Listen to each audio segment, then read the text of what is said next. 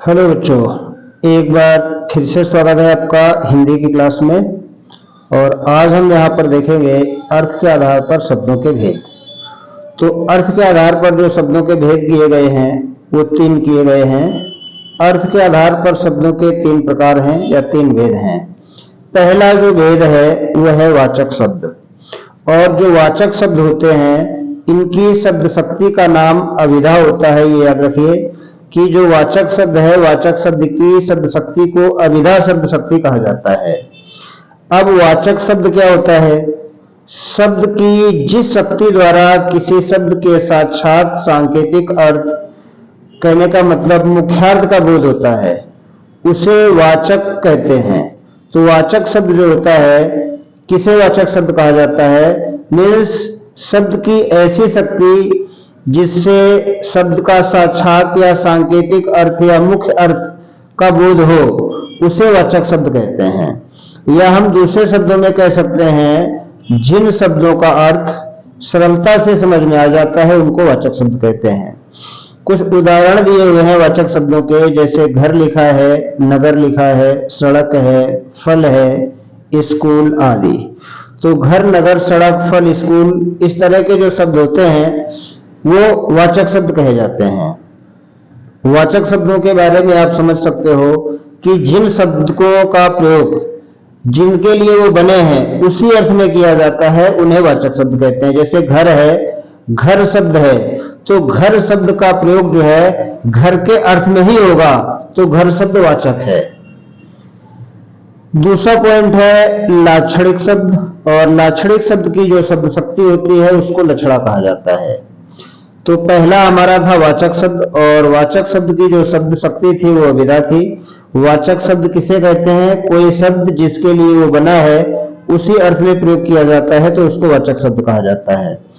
और लाक्षणिक शब्द क्या होता है? लाक्षणिक शब्द का मतलब है वे शब्द जिनका सीधा शाब्दिक अर्थ न लेकर प्रयोजनवश कोई दूसरा अर्थ ग्रहण कर लिया जाता है, लाक्षणिक अथवा लक्षणा शब्द कहलाते हैं।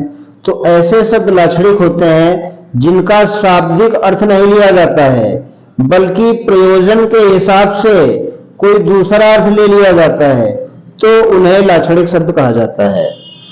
जिस शक्ति के द्वारा लक्ष्यार्थ ग्रहण किया जाता है किसी शब्द को, उसे लक्षणा कहते हैं। तो ये यहाँ पर लाक्षणिक शब्दों के बारे में आपको बताया गया कि लाक्षणिक शब्द क्या होते हैं। लाक्षणिक शब्द जो है वो शाब्दिक अर्थ नहीं देते हैं, ये प्रयोजनवश यूज किए जाते हैं।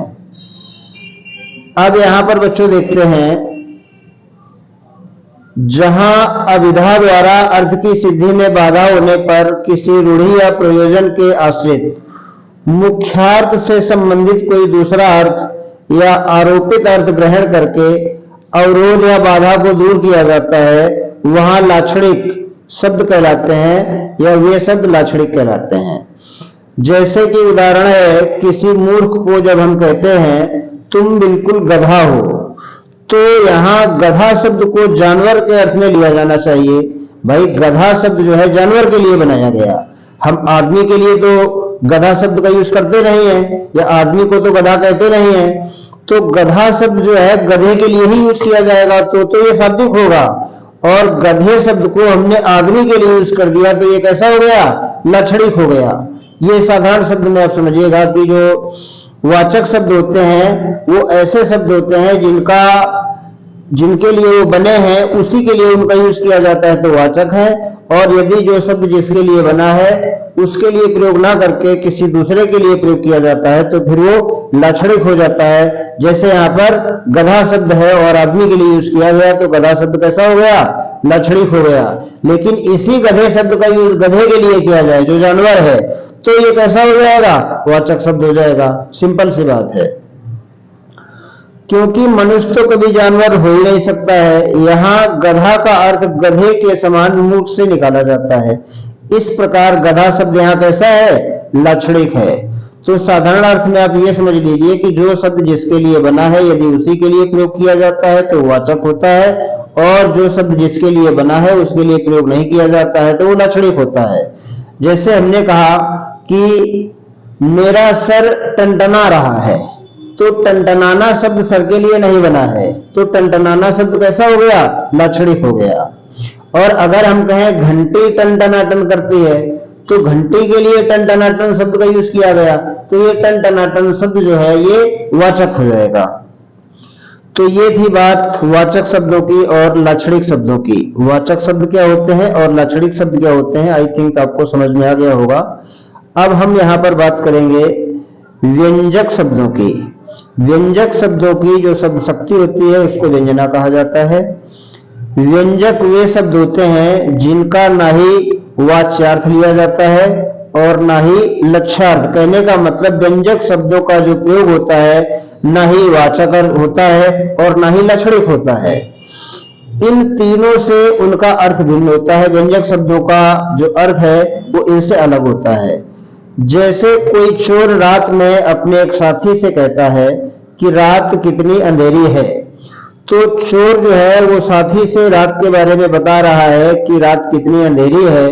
तो यहां पर चोर का आशय क्या है, यहां पर जो चोर है, एक सेकेंड,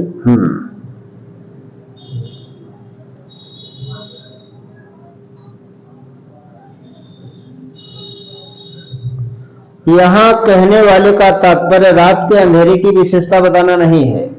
तो चोर का तात्पर्य यहां पर अंधेरे की विशेषता बताना नहीं है। वास्तव में चोर का तात्पर्य यह है कि चोरी के लायक शानदार रात है। भाई चोर को तो अंधेरी रात ही चाहिए ना।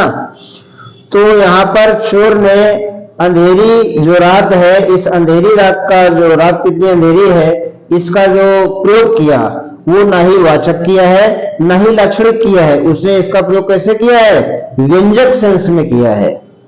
तो जिन शब्दों का अर्थ न ही वाचक होता है न लाक्षणिक होता है, अपितु उनका प्रयोग किसी तीसरे के लिए किया जाता है, तो उनको व्यंजक शब्द कहा जाता है। और यहां पर याद रखना है आपको कि बहुव्रीहि समास के जितने शब्द होते हैं वो सब व्यंजक होते हैं। जैसे कहा गया चतुर्भुज, तो चतुर्भुज शब्द का चतुर्भुज के सेंस में कोई मतलब नहीं यूज किया जाता है। यहां पर चतुर्भुज किसको कहा जाता है, चार हैं भुजाएं जिसकी, अर्थात विष्णु जी के लिए यूज किया गया। तो एक लाइन में आप याद रख सकते हो कि बहुव्रीहि समास के जितने भी शब्द होते हैं वो सब कैसे होते हैं, व्यंजक शब्द होते हैं। अगला पॉइंट है रूपांतर के आधार पर शब्दों के भेद। रूपांतर के आधार पर शब्दों के दो भेद होते हैं। तो यहां पर रूपांतर लिखा है, आप रूपांतर को रूप परिवर्तन के आधार पर भी समझ सकते हो कि रूप परिवर्तन के आधार पर शब्दों के भेद क्या होते हैं या रूपांतर के आधार पर शब्दों के भेद क्या होते हैं। तो जो रूपांतर के आधार पर शब्दों के भेद हैं, इसी का दूसरा नाम रूप परिवर्तन के आधार पर शब्द भी कहा जाता है। तो रूपांतर या रूप परिवर्तन के आधार पर जो शब्द होते हैं वो क्या होते हैं, वो होते हैं विकारी शब्द और अविकारी शब्द। तो रूपांतर या रूप परिवर्तन के आधार पर शब्द कौन से हैं, विकारी और अविकारी। अब यहां पर हमें देखना है कि विकारी शब्द क्या है और अविकारी शब्द क्या है। विकारी शब्द जो होते हैं, विकारी का मतलब जिन शब्दों में विकार होता है, विकार का मतलब जिन शब्दों को बदला जा सकता है, परिवर्तन किया जा सकता है, तो वो विकारी शब्द कहलाते हैं। अब विकारी के बारे में यहां पर इंफॉर्मेशन है कि ऐसे शब्द जिनका लिंग, लिंग का मतलब पुल्लिंग या स्त्रीलिंग, वचन, वचन का मतलब एक वचन दो वचन या एक वचन दो वचन, दो वचन नहीं। तो लिंग का मतलब आप क्या समझे, पुल्लिंग और स्त्रीलिंग से है, और वचन का मतलब एक वचन और बहुवचन से है। कारक, कारक आप जानते हो, कर्ता कारक, कर्म कारक, करण कारक। तो इस तरह से जो कारक होते हैं, इनके कारण जिन शब्दों के रूपों में विकार, विकार का मतलब परिवर्तन होता रहता है, वे शब्द विकारी कहलाते हैं। ऐसे शब्द जिनमें लिंग, वचन, कारक इसके कारण परिवर्तन होता है, तो ये शब्द विकारी कहलाते हैं। जैसे तुम लिखा है, तो तुम शब्द को आप चेंज कर सकते हो, इसका वचन बदल सकते हो, इसका कारक बदल सकते हो, इसका लिंग बदल सकते हो। ठीक वह है, इसको, इसमें भी परिवर्तन हो सकता है। बालक है, इसको भी आप बदल सकते हो, जैसे बालको है या बालका है, तो बालक को भी जो है सिंगुलर प्लूरल में बदल सकते हो। या वह है, वे हैं, तुम है, इस तरह से इनमें परिवर्तन कर सकते हो आप। तो जिन शब्दों को परिवर्तन हम कर सकते हैं, जिन शब्दों में परिवर्तन कर सकते हैं, वो क्या होते हैं? विकारी शब्द होते हैं। विकारी का मतलब जिनमें विकार किया जा सकता है, जिन शब्दों का रूप, लिंग, वचन, कारक बदल जाता है, उन्हें विकारी शब्द कहते हैं। ये हमें याद रखना है। अगला है अविकारी शब्द। अविकारी का मतलब है जिन शब्दों के रूप में ना तो लिंग, वचन, कारक के अनुसार कोई परिवर्तन नहीं होता है, वे अविकारी शब्द कहलाते हैं। अविकारी का मतलब जिनमें विकार नहीं हो सकता है, जिनमें परिवर्तन नहीं हो सकता है, जो शब्द लिंग, वचन और कारक के अनुसार नहीं बदलते हैं, तो वे अविकारी कहलाते हैं। जैसे आगे, पीछे, ऊपर, नीचे, यहाँ, वहां, इस तरह के जो शब्द हैं वो अविकारी होते हैं। मीन्स इन शब्दों में आप परिवर्तन नहीं कर सकते हो, इनका रूप, लिंग, वचन, कारक आप बदल नहीं सकते हो। ठीक है, तो इसलिए ये क्या हो गए? अविकारी हो गए। तो विकारी का मतलब जिन शब्दों में विकार या परिवर्तन किया जा सकता है, अविकारी का मतलब जिन शब्दों को बदला नहीं जा सकता है, उनको रूप, लिंग, वचन, कारक नहीं बदला जा सकता है, तो वो अविकारी शब्द होते हैं। तो ये थे हमारे विकारी और अविकारी शब्द कि विकारी शब्द क्या होते हैं और अविकारी शब्द क्या होते हैं। अब यहां पर हम अगला पॉइंट देखेंगे कि कुछ इंफॉर्मेशन दी है। प्रयोग के अनुसार विकारी शब्दों के भेद होते हैं। विकारी शब्द जो होते हैं उनमें संज्ञा वाले शब्द विकारी होते हैं, सर्वनाम वाले शब्द विकारी होते हैं, विशेषण वाले शब्द विकारी होते हैं और क्रियाएं विकारी होती हैं। तो संज्ञा, सर्वनाम, विशेषण और क्रिया, इनके जो शब्द होते हैं वो विकारी होते हैं। तो ये थे प्रयोग के अनुसार ये विकारी शब्द। और प्रयोग के अनुसार अविकारी शब्दों के भी चार भेद होते हैं। वो होते हैं क्रिया विशेषण, संबंध बोधक, समुच्चय बोधक और विस्मयादि बोधक। तो विकारी शब्दों के चार भेद हैं और अविकारी शब्दों के भी चार भेद हैं।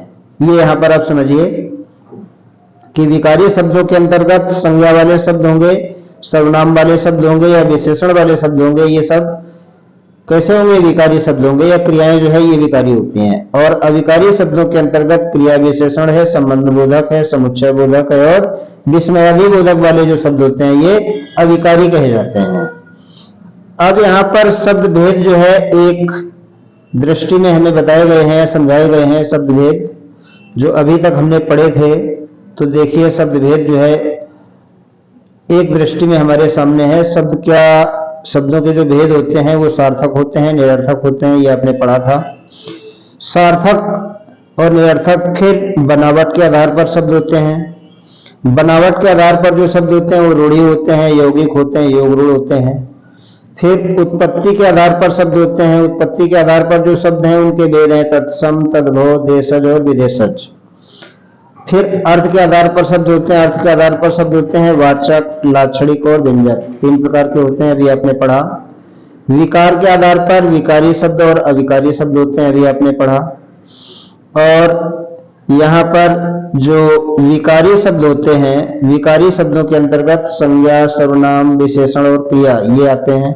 अविकारी शब्दों के अंतर्गत क्रिया विशेषण, संबंध बोधक, समुच्चय बोधक और विस्मयादि बोधक आते हैं। तो यहाँ पर शॉर्ट में आपको शब्दों के जो भेद हैं वो बताए गए हैं। इनको आप समझ लीजिए और रिवाइज कर लीजिए। मिलते हैं अगली क्लास में अगले दिन। धन्यवाद।